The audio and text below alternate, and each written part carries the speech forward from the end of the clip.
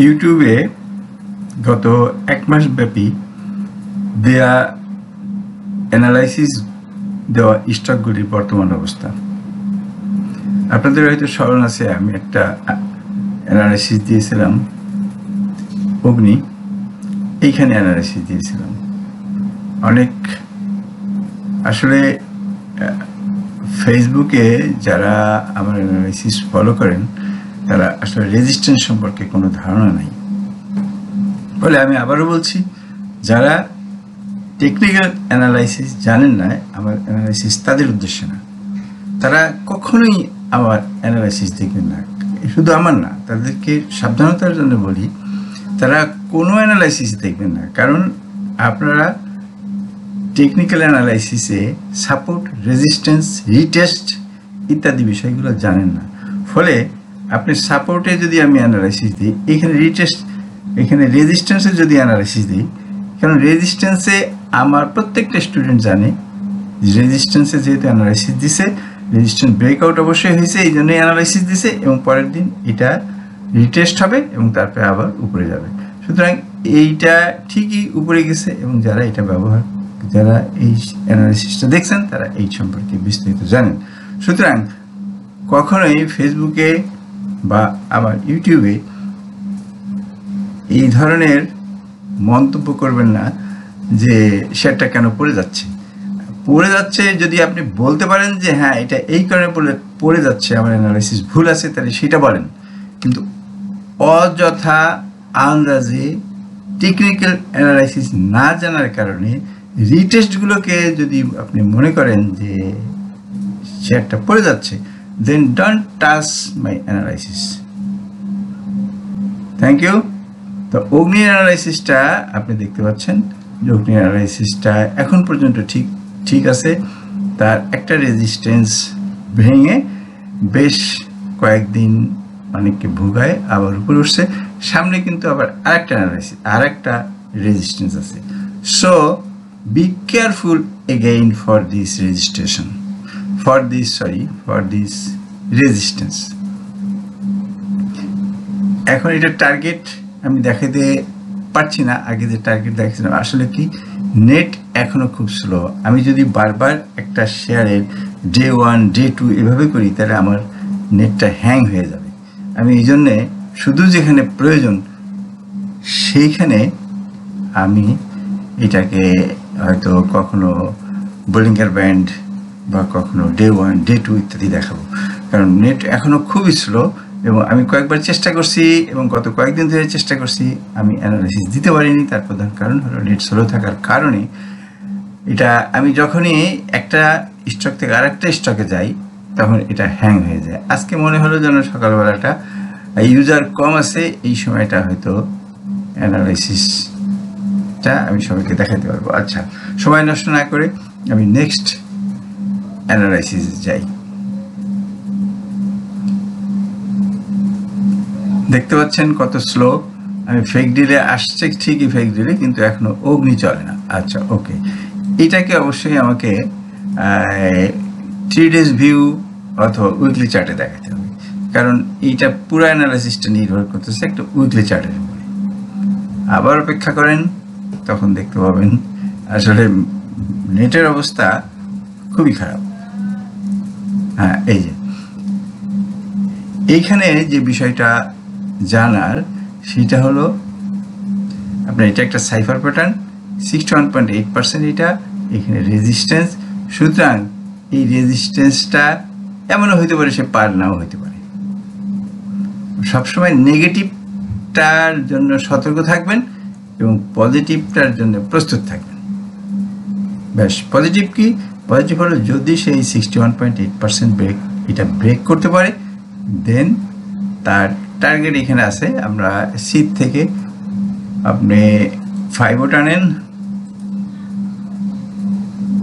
ওকে, seat থেকে 5ও টানেন, এটা টার্গেট তো আগে দেওয়া ছিল, কিন্তু এখন দেখছি না কেন, বুঝছি না। আচ্ছা, এইগুলো আঁকাআঁকি করতে গেলে আবার হয়তো নেটটা আবার হ্যাং হয়ে যাবে। এই হলো তার ফাইনাল রেজিস্ট্যান্স। এটা হলো কত, 30। ধরেন 30 টাকা হলো এর ফাইনাল রেজিস্ট্যান্স। আর বর্তমানে 61.8% দেখতেই পাচ্ছেন এখানে সে এই আটকে আছে। আচ্ছা, নেক্সটে আমি আবার ওয়ান ডেতে ফিরে যাই। ওয়ান ডেতে ফিরে যেয়ে নেক্সট স্টক হলো আমার ওকে লিব্রা ইনফিউশন। আচ্ছা, লিব্রা ইনফিউশনটা আমি অ্যানালিসিস দিয়েছিলাম সম্ভবত উইকলি চার্ট হবে। আমি একটু উইকলি চার্টে দেখি, কারণ ডেইলি চার্টেও এটা বলিস, উইকলি চার্টেও উইকলি চার্টে যে আবার হ্যাং হয়ে গেল। সুতরাং অপেক্ষায় থাকুন। ওকে, এটা এখান থেকে কি আশ্চর্য একটা অবস্থা, শুধু হ্যাংই হয় নাই, এটা আরো কিছু হয়েছে। এটা হলো এটা লাস্ট এইখানে বহুত সমস্যা করছে এটা। আচ্ছা, এইটার এই যে দেখেন এইটার, আচ্ছা এটা সরে গেছে। এটা টোটাল অ্যানালাইসিস উইকলি চার্টে হলো এই পর্যন্ত, কিন্তু রেজিস্ট্যান্স দেখেন এই হলো রেজিস্ট্যান্স। আমি রেজিস্ট্যান্স একটু মোটা তাকে দেখাই দিই যাতে আপনাদের এই সম্পর্কে কোনো ধারণা মানে খারাপ ভুল ধারণা না থাকে। এখানে এই হলো রেজিস্ট্যান্স। সুতরাং এই রেজিস্ট্যান্সটা তার পার হওয়া জরুরি। আপনি উইকলি চার্টেও এটা অ্যানালাইসিস করতে পারেন। এটা একটা কাপ উইথ হ্যান্ডেল। যখন এই কাপটার ব্রেকআউট হবে অথবা এই ফ্ল্যাগটার ব্রেকআউট হবে, হ্যাঁ, সেই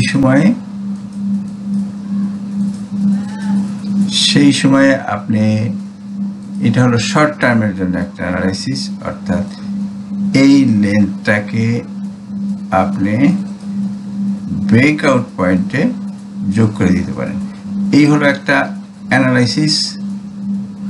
আর একটা অ্যানালাইসিস হলো এইখান থেকে ডেইলি চার্টে x A B C D একটা প্যাটার্ন আছে, সম্ভবত এটা হলো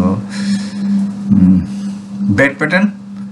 আচ্ছা, ব্যাড প্যাটার্ন হলে এর পরবর্তী টার্গেট, অর্থাৎ সে পরবর্তী টার্গেটে যাওয়ার সময় সে এই রেজিস্ট্যান্সটা ব্রেক করবে। তাকে যেতে হলে পরে তার পরবর্তী টার্গেটে যেতে হলে এই রেজিস্ট্যান্স ব্রেক করবে। সুতরাং এই অ্যানালাইসিসটাও এখনো ঠিক আছে।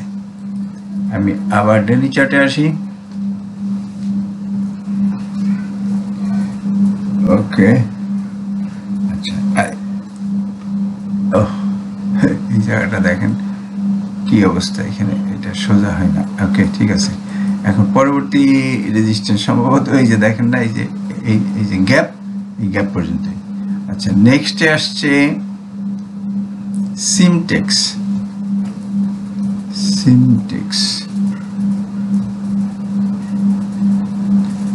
সিমটেক্সের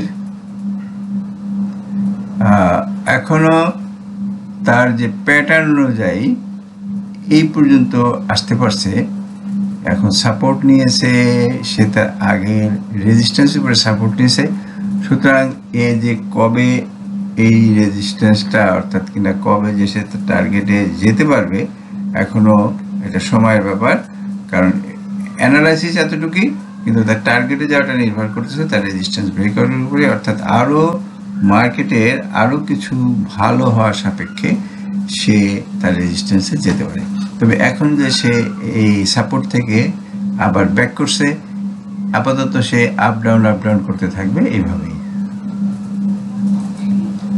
নেক্সটে নাভানা ফার্মা।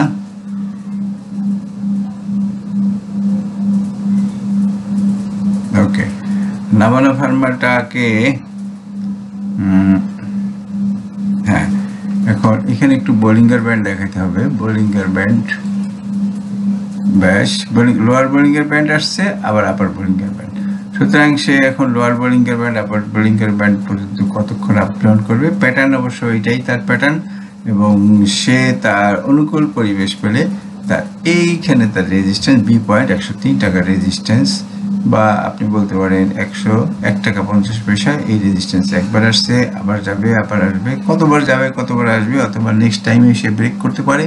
এমনও হতে পারে যেমন অগ্নিতে দেখলেন যে সে ব্রেক করছে রেজিস্ট্যান্সটা, এইটাও তেমনই ব্রেক করতে পারে। তা যেহেতু গতকাল ইন্ডেক্সটা একটা বুলিশ পর্যায়ে আছে, সুতরাং ইন্ডেক্স যে কদিন আবার আপ থাকবে সেই কদিন সব স্টকই আবার আপওয়ার্ড মুভমেন্টের দিকে যাবে।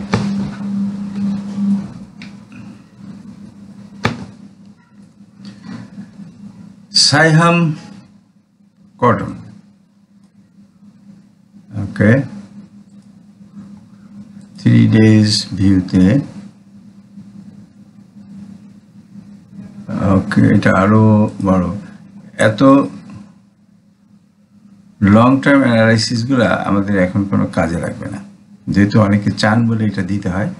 আচ্ছা, এই যে রেজিস্ট্যান্সটা এটা যেদিন ভাঙতে পারবে, আমাকে আপনারা অ্যানালাইসিস চাইছেন তাই আমি দিছি। এখন এইটা কবে ভাঙবে সেটা এখনো এটা অ্যানালাইসিস করে বলে দেওয়া যায় এটা ভাঙার মতো অবস্থা হয়েছে কিনা, কিন্তু এর জন্য এখন অনেক বেশি সময়ের দরকার। আপাতত সেই সময়ের দিকে যাচ্ছি না। আচ্ছা, পরবর্তী স্টকে সাইহাম কটনের পরে কোনটা আছে দেখি।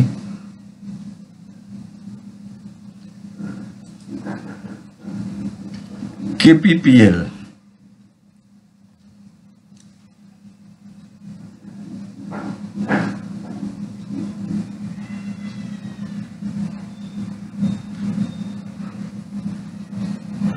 Very slow. আচ্ছা, কেপিপিএল এখন সে কনসলিডেশনে আছে। কেপিপিএল এবং কনসলিডেশন ব্রেক, আপনারা দেখছেন অনেক শেয়ারই বহুদিন পর্যন্ত কনসলিডেশন থাকে এবং তার টার্গেট সবসময় ঠিক থাকে। যখন কনসলিডেশন ভাঙবে তখন আবার সে তার টার্গেটের দিকে যাবে। সুতরাং এখন কনসলিডেশনে আছে, তার সাপোর্ট এটাকে এক কাজ করা যায়, কারণ আমি এত রিস্ক আমিও নিতে পারি না, কারণ যখন সে বটম লেভেলে আসে সেই সময় বাই, আবার আপার লেভেলে গেলে সেই সময় সেল। এই রিস্কটা নেওয়াটা যা সবার পক্ষে সম্ভব না, যে বটমে আসলো বাই দিলাম, আবার আপারে গেল সেল দিলাম, এটা সম্ভব না। তবে অপেক্ষা করেন যখন সে ব্রেক করবে, আমার মনে হয় সেটা সবচাইতে সুইটেবল একটা টাইম হয় ব্রেক করার সময়। এটাকে যারা এটার মধ্যে থাকবে তারা হয়তো কিছু প্রফিট পেতে পারেন।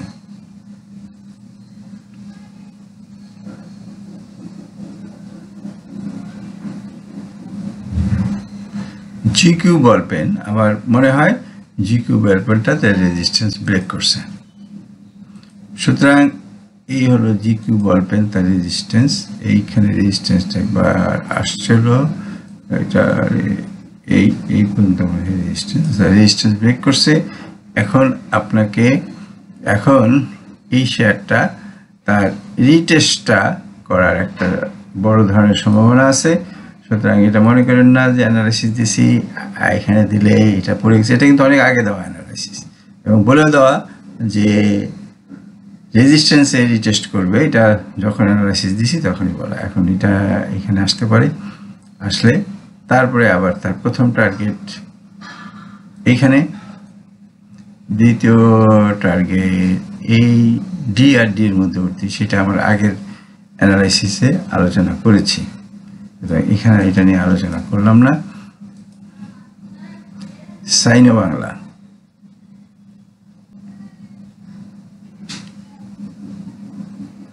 এবার সাইনো বাংলা তার টোটালি সাইনো বাংলাটা বুলিশ একটা ফর্মে আছে। এখন আগামীকাল অবস্থা দেখতে, আগামীকাল আমার যতদূর মনে হয় শেয়ারটা, অর্থাৎ কিনা গতকাল যে সমস্ত শেয়ারে খুব বড় বড় ক্যান্ডেল হয়েছে সেই শেয়ারগুলা অল্প ভলিউমে অনেক বড় ক্যান্ডেল। সুতরাং এই ধরনের শেয়ারগুলা আগামীকালে সে বুলিশ এটা ধারণা করতে পারে, কিন্তু সে আগামীকাল রেড হয়ে যেতে পারে। সুতরাং সেইভাবে এটাকে ট্রিট করবে। এটা বোলিংকার ব্যান্ড পার এখানে আসছে, যদিও তার টেন্ডেন্সি থাকবে উপরে ওঠার। পরবর্তী ধাপ দেখেন লো, হায়ার লো, দেন এটা হায়ার লো। সুতরাং পরবর্তী ধাপটা যে এই মাথার থেকে অর্থাৎ 46 টাকার উপরে হবে পরবর্তী ধাপ, তারপরে আবার নিচে নামতে পারে। সুতরাং এটা হলো এর বর্তমান অবস্থা। কি করবেন সেটা মাঝে মাঝে আমি বলে ফেলি, এটা অতিরিক্ত বলা, কারণ আমার অ্যানালাইসিস আপনি দেখবেন না শিখবেন না ট্রেড করবেন সেটা আপনার ব্যাপার।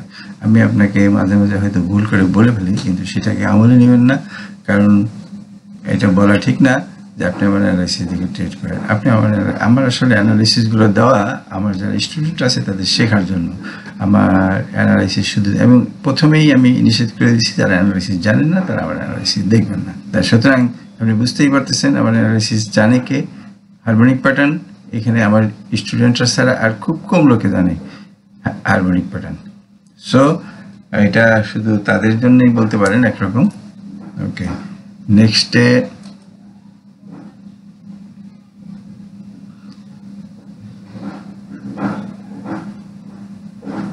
এসপি সিরামিক্স নেটের অবস্থা খুব খারাপ। আচ্ছা, এসপি সিরামিক্সটা কি অ্যানালাইসিস দিয়েছিলাম বলে মনে হয়। আচ্ছা,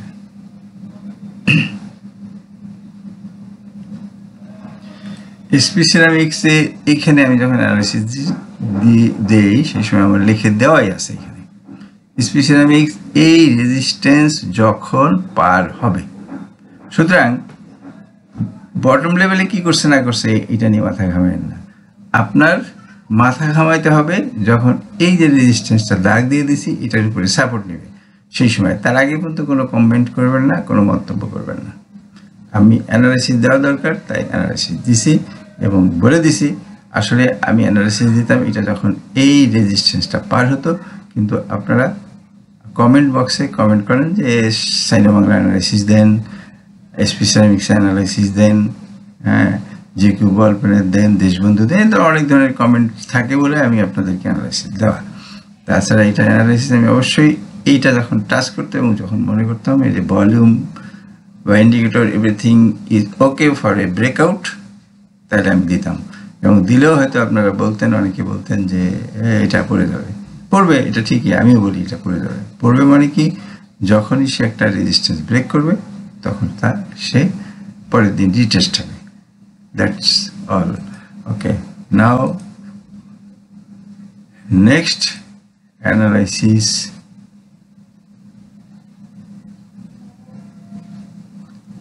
দেশবন্ধু। ওই দেশবন্ধু তো আসে না, এই যে দেশবন্ধু। দেখেন দেশবন্ধু সম্পর্কে আমি আপনাদেরকে একটা অ্যানালাইসিস দিছিলাম ঠিক এইখানে।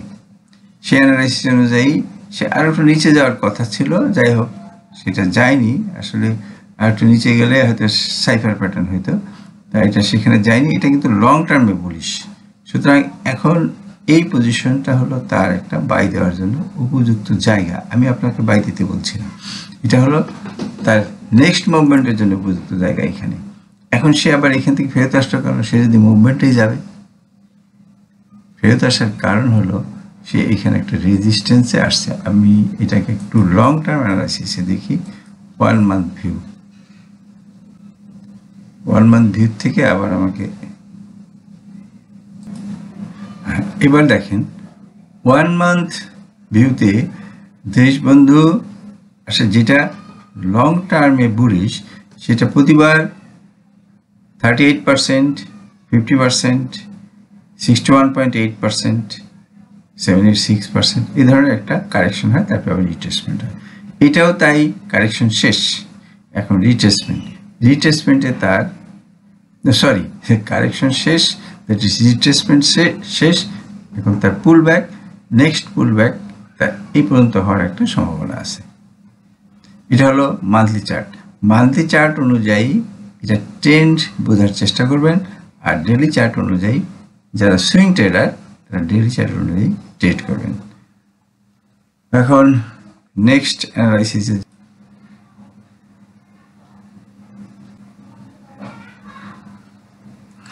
মালিক স্পিনও লং টার্ম ছাড়া এটা বোঝা সম্ভব না। এটা ডেলি চার্টে জিনিসটা বোঝানো খুব মুশকিল। লং টার্মে এটা আমি 3 উইকস ভিতে আসি, লং টার্মে যেটা দেখতে পাচ্ছেন, বর্তমান কনসলিডেশনটা আগের কনসলিডেশনের উপরে সাপোর্ট, সুতরাং এটা ব্রেক না হলে সে সামনে মুভমেন্ট করতে পারবে না। তো ব্রেক করবে কখন এবং টোটাল অ্যানালাইসিসটা কি সেটা আমি এখন দিচ্ছি না, কারণ এখানে আরও অনেক দিন অপেক্ষা করতে পারে। সুতরাং এইটার অ্যানালাইসিস যারা জানেন করে নিতে পারেন। আমি একটা হিন্ট দিয়ে দিচ্ছি, এটা হলো ফ্ল্যাট বটম হিসাবে এটার অ্যানালাইসিসটা আপনি প্রথমবার এইখান থেকে ধরেন, এইখান থেকে এই লেনটা নিয়ে আপনি এইখানে যোগ দেবেন। তা সেটা এখন করার দরকার নেই। যদি দেখেন যে এই রেজিস্ট্যান্সটা যেদিন ব্রেক করবে সেই দিন আপনি লং টার্ম অ্যানালাইসিসকে ডে চার্টে বিভক্ত করে ডে চার্টে বোঝার চেষ্টা করবেন সে কোথায় যাচ্ছে বা কত দূর যাচ্ছে। মালিক স্পিনের পরে এখন আমাদের সামনে প্যারামাউন্টের রিট্রেসমেন্ট হলো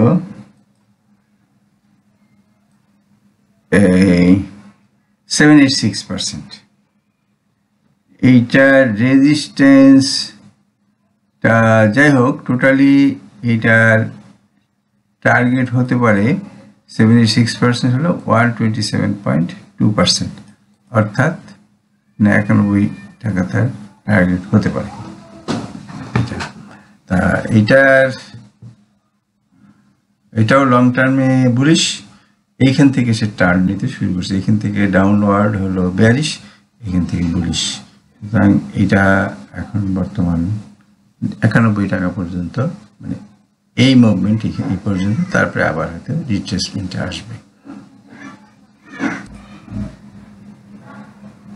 ওরিয়ন ফার্মার, এটা একটা short term analysis. Orion farmer তার টার্গেট অনুযায়ী যেতে পারেনি, এটা একটা সাইফার প্যাটার্ন এবং সে এখনো সাইফার প্যাটার্ন থেকে শার্প প্যাটার্নও যেতে পারে, অর্থাৎ কিনা সে এই অবস্থায় এই পর্যন্ত আসতে পারে। পরবর্তী টার্গেটটা নির্ভর করতেছে সে যখন আবার এখান থেকে মুভমেন্টে আসবে, অর্থাৎ এখন এখান থেকে কত দূর আসছে, এটা রিট্রেসমেন্ট এবং রিট্রেসমেন্ট অনুযায়ী সে তার পরবর্তী মুভমেন্ট সামনের দিকে হলে পরবর্তী মুভমেন্ট এই পর্যন্ত হতে পারে 85.50 পর্যন্ত পরবর্তী মুভমেন্টে আসতে পারে।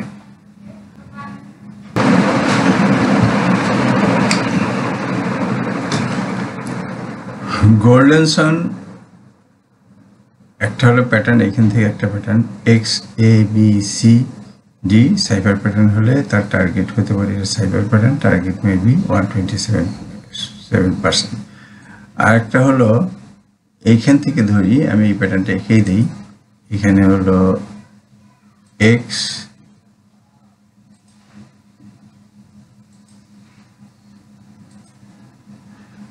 50% হলে একটা হলো 86%, আর নেক্সট আর একটা হলো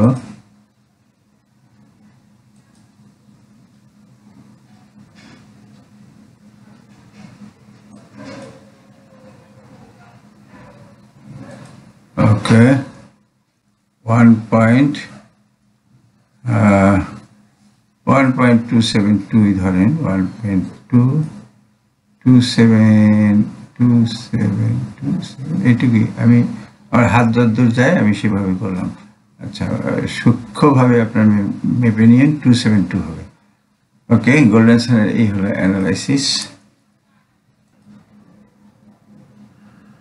প্রিমিয়ার সিমেন্ট, এটাকে আমি একবারে উইকলি চার্টে নিয়ে আসছি। প্রিমিয়ার সিমেন্টে আপনি আপনার ইচ্ছা মতো যে কোনোভাবে অ্যানালাইসিস করে নিতে পারেন। একটা হলো এটা কাপ উইথ হ্যান্ডেল এবং দ্বিতীয়ত এটা একটা ডাবল বটম।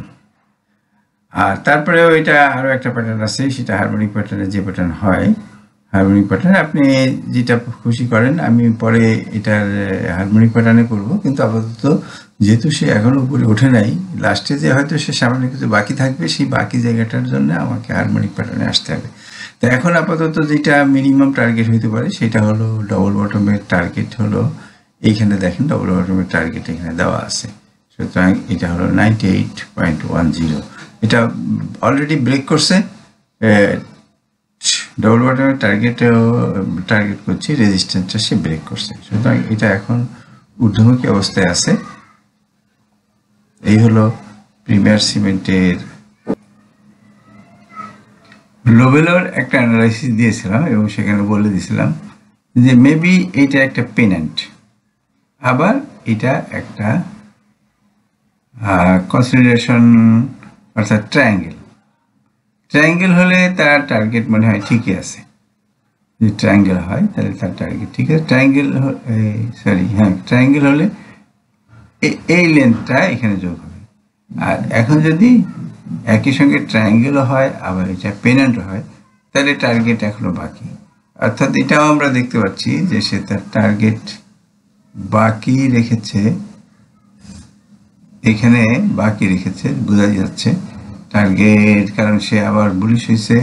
আমরা বোলিংয়ের ব্যান্ডে দেখতে পাচ্ছি এই তো মিড বোলিংয়ের ব্যান্ড টাচ করছে, সুতরাং অর্থাৎ কিনা সে তার এই পর্যন্ত যাওয়ার এই দিকে টেন্ডেন্সি, কিন্তু বোলিংয়ের আপার বোলিংয়ের ব্যান্ড অ্যান্ড মিড বোলিংয়ের ব্যান্ড হয়ে এইভাবে সে এদিকে যাবে, এই টার্গেটে উঠবে।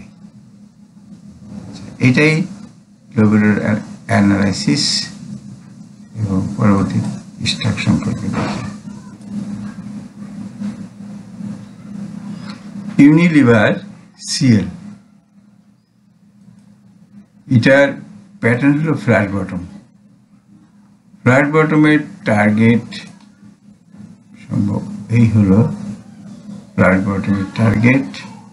আচ্ছা, এটার ফ্ল্যাট বটম রেজিস্ট্যান্স। ওকে, সুতরাং এই রেজিস্ট্যান্সটা সে এইটা হলো তার রেজিস্ট্যান্স, কিন্তু বর্তমানেও সে একটা রেজিস্ট্যান্স আছে, এই রেজিস্ট্যান্সে সে আটকা পড়ে গেছে। এখন এই রেজিস্ট্যান্স থেকে কখন উঠতে পারবে, কখন মুক্তি পাবে, সেটা সময়ের ব্যাপার। তো যাই হোক, এখন এই রেজিস্ট্যান্সটাকে আমাদেরকে যদি সে ব্রেক করছে অলরেডি, তাহলে এই রেজিস্ট্যান্সের উপরে এনে দিতে হবে।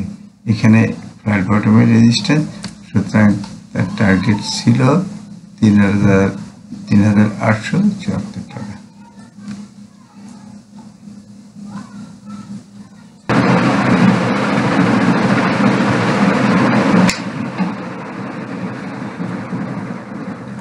দেখতেই পাচ্ছেন নেট এখন হ্যাং।